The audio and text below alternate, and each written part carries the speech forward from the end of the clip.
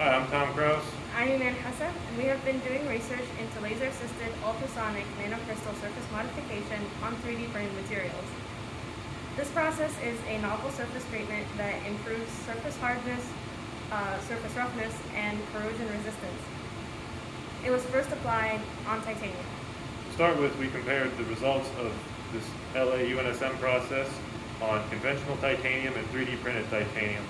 We also researched into the effectiveness of this treatment on aluminum, a common 3D printed material.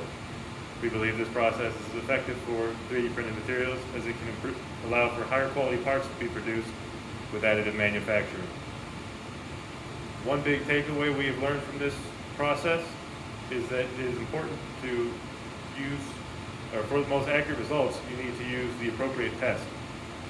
We also learned that research is an ongoing process. For every answer, you get more questions. The key components used in this LA-UNSM process are the laser here, which anneals and heats the surface of the sample mounted here, while it's worked on by this tip.